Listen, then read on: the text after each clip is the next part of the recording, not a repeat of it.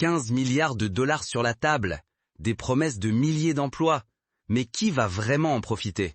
Pour comprendre ce qui se joue réellement, il faut plonger dans les coulisses de l'accord et décrypter ce qu'il révèle du nouvel échiquier mondial. Le Nigeria et l'Inde viennent de signer un accord historique qui dépasse largement le simple échange de pétrole contre technologie. Derrière les sourires et les poignées de main, ce pacte marque un tournant dans la stratégie du Nigeria. Il ne s'agit plus seulement de vendre du pétrole, mais de transformer en profondeur l'industrie et l'économie du pays. Découvrons maintenant les coulisses de la négociation et pourquoi ce partenariat a attiré l'attention de toutes les puissances mondiales. Pour la première fois, un accord de cette ampleur mise sur la participation industrielle locale, la diplomatie économique et la création de valeur sur place.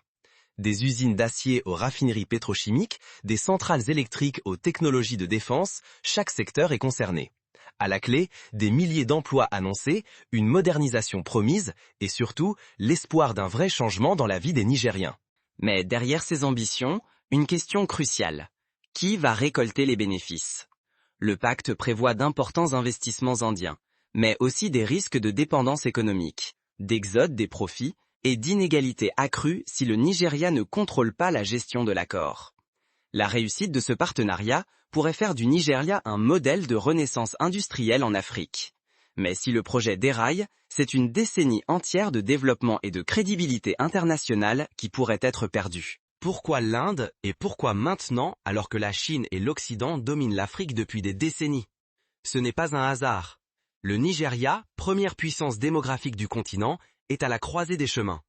Étranglé par la dette, miné par un manque d'infrastructures, il cherche une porte de sortie réelle, pas un simple prêt de plus. De l'autre côté, l'Inde, géant asiatique en pleine accélération économique, a besoin de sécuriser son avenir énergétique. Pour Delhi, investir au Nigeria, ce n'est pas qu'acheter du pétrole.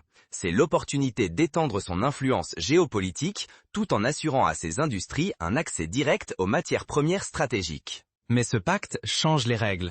Contrairement aux méga-contrats chinois, qui ont souvent laissé l'Afrique avec d'immenses dettes et des infrastructures parfois sous-utilisées, l'accord Nigeria-Inde repose sur l'investissement direct étranger.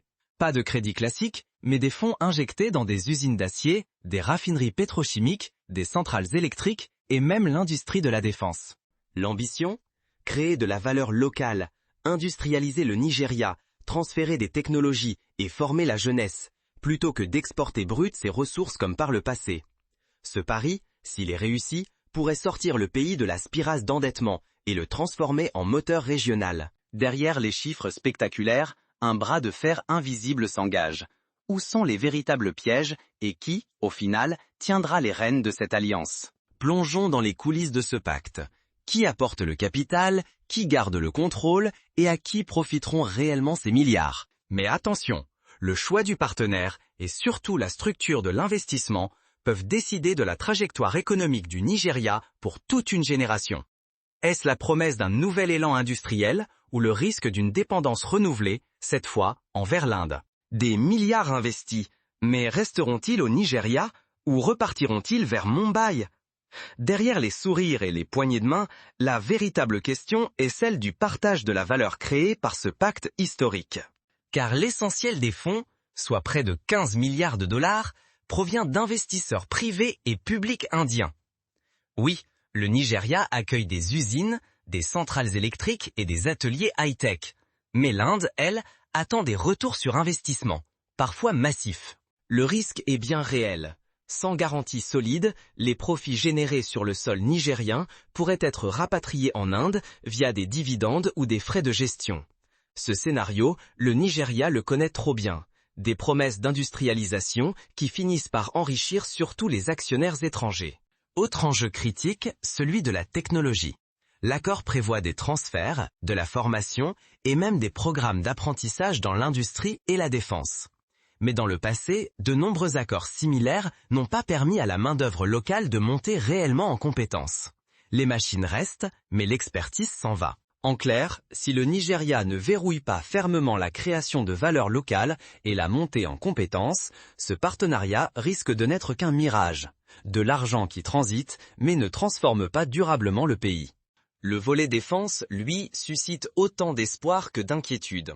Sur le papier, une coopération stratégique pourrait renforcer l'indépendance militaire du Nigeria, limiter les importations d'armes et moderniser l'industrie. Mais certains craignent une influence indienne grandissante dans les affaires sécuritaires du pays au détriment de la souveraineté nationale. Mais alors, le Nigeria peut-il vraiment inverser la tendance et imposer ses propres règles du jeu? Découvrons comment un nouveau modèle de coopération Sud-Sud pourrait tout changer. Dans 5 ans, verra-t-on des usines qui tournent à plein régime ou des manifestations massives dénonçant de fausses promesses? C'est toute la question que pose ce pacte inédit entre le Nigeria et l'Inde. Les enjeux dépassent de loin les signatures fastueuses et les chiffres spectaculaires affichés dans les médias. L'effet domino est réel. Un succès nigérien servirait de modèle pour d'autres pays africains. Le continent pourrait enfin équilibrer l'influence de la Chine et de l'Occident, redéfinissant la carte des alliances. Mais, en cas d'échec, la méfiance envers les grands projets Sud-Sud s'accentuerait, renforçant le statu quo et les anciennes dépendances. Mais un autre futur est possible, bien plus sombre. Si la corruption s'enracine, si les profits générés s'envolent vers l'étranger, si l'État échoue à redistribuer les richesses, la population risque de descendre dans la rue. Le cycle de dépendance, déjà bien connu en Afrique, pourrait alors se refermer, discréditant non seulement le Nigeria, mais aussi l'ambition de tout le Sud global à s'émanciper. Imaginons le scénario optimiste. Dans quelques années, des centaines de milliers de nouveaux emplois industriels pourraient voir le jour, offrant enfin aux jeunes Nigériens des perspectives concrètes. L'électrification de millions de foyers changerait la vie quotidienne, tandis que les startups africaines, portées par l'expertise indienne, pourraient conquérir de nouveaux marchés. Pour la première fois, la création de valeur locale ne serait plus un slogan, mais une réalité palpable. Au niveau international, ce partenariat attise déjà les tensions. La Chine, jusqu'ici omniprésente sur le continent, voit son monopole contesté. L'Occident voit se repositionner et de nouvelles dynamiques Sud-Sud émergent. L'Afrique n'est plus un simple terrain de jeu, elle aspire à peser dans les règles du jeu mondial.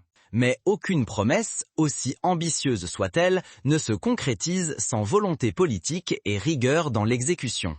Sur quoi reposera donc la réussite ou l'échec de cette alliance? La réussite de ce pari pourrait faire du Nigeria le leader économique incontesté de l'Afrique. Mais un échec massif risquerait de plomber durablement l'image et la crédibilité de tout le Sud global.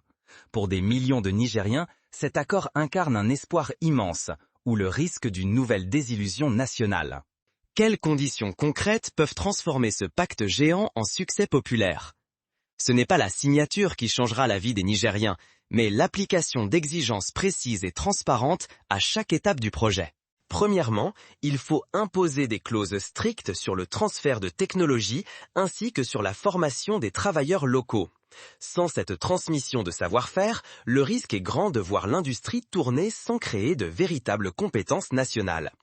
Il est essentiel que les ingénieurs nigériens soient formés dans les usines, les laboratoires et les centres de recherche mis en place grâce à cet accord. Ensuite, la transparence doit devenir la règle, pas l'exception. Des mécanismes d'imputabilité solides doivent être mis en place, avec des audits publics réguliers et un accès ouvert aux informations sur l'utilisation des fonds. Sans contrôle citoyen, la corruption pourrait siphonner les bénéfices et étouffer l'espoir. Enfin, des règlements fermes doivent garantir que l'énergie produite serve d'abord les foyers, les écoles et les industries nigériennes avant toute exportation massive. Ce principe d'utilisation locale évite que le pays ne se contente du rôle d'exportateur brut sans retombées concrètes pour sa population. Il reste donc une question décisive.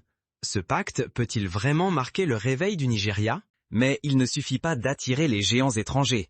Il faut aussi soutenir activement l'entrepreneuriat local.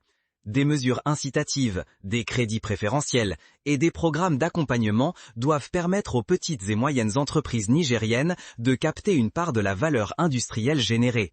C'est là que l'argent du pétrole et de la technologie peut irriguer réellement l'économie nationale. Le pari d'une génération se joue maintenant. Qui, du peuple ou des profiteurs, écrira la suite? Si ces garde-fous ne sont pas respectés, le manque de contrôle et de suivi pourrait transformer ce rêve national en nouvelle source de frustration sociale. Le passé a montré que l'absence de bénéfices tangibles nourrit le cynisme, le désespoir et même l'instabilité. Mais pour que ce rêve collectif devienne réalité, il faut examiner la vision à long terme.